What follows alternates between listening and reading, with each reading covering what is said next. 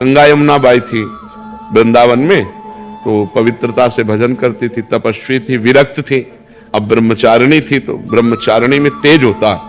तो अकबर बादशाह का भांजा वो यहाँ आगरे का अधिकारी था, तो वो यहाँ वृंदावन आया अपने परिकर के साथ। तो उसने देखा इतनी सुंदर साध्वी और तो तपस्वी तेजस्वी, वो लुभायमान हो गया।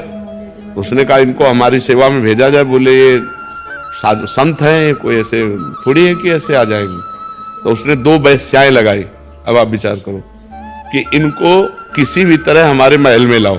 तो वेश्याएं साधु वेश धारण किया और वहां सत्संग करने लगी, बैठने लगी, सुनने लगी, प्रणाम करना, और रोज जाने लगी। 10-15 दिन रोज गई और एक दिन नहीं गई, फिर दूसरे दिन गई। तो पूछना बनता है ना कि आप 10 दिन से रोज आ रही थी, आई नहीं आप। तो उनका हमारे यहाँ एक बहुत बड़े संत आए हैं, हम उनकी सेवा में कल थी इसलिए नहीं आ पाए, आप चलेंगे क्या? तो संतों से मिलने में क्या।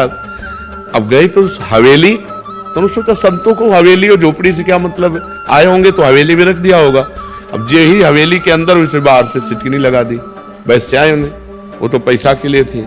और जो अंदर गई तो बादशाह का भांजा हो, अब समझ गई कि मुझे नाटक करके फंसाया गया। तो दूर रहना, स्पर्श मत करना। वो तपस्विनी थी, अब वो काहे को माने, अब उसकी हवेली के अंदर आ चुकी है, बंद है, शासन उसके हाथ में, बादशाह उसका मामा है, तो उसको कोई फर्क तो था नहीं। वो जे ही आगे बढ़ा तो उन्होंने श्री हरिवंश श्री हरिवंश श्री हरिवंश जे ही नाम पुकारा। रसिकानंद वाले में चरित्र है श्री हरिवंश से। सोई उसको दिखाई दिया कि बाई जी की जगह बबर शेर, और दहाड़ करके उसको पैजामा गीला हो गया, लघुशंका कर दिया, बेहोश हो गया, और बाई जी अंतर ध्यान यहाँ वृंदावन में। तो इस विषय पर अगर देखा जाए तो इसमें कोई प्रभु की ऐसी बात नहीं थी कि उनको इस तरह का संकट झेलना पड़े, उनका कोई प्रारब्ध था। ये प्रभु की कृपा रही कि उन्होंने गंगाबाई यमुनाबाई को इस तरह से भगवान ने बचाया, ये प्रभु की कृपा रही। लेकिन उनका कोई पूर्व का ऐसा प्रायश्चित रहा कि जो उसके सामने जाना पड़ा और वो गंदी दृष्टि से ऐसा देखा, क्योंकि वृंदावन में बहुत थी, उन्हीं के ऊपर क्यों दृष्टि गई?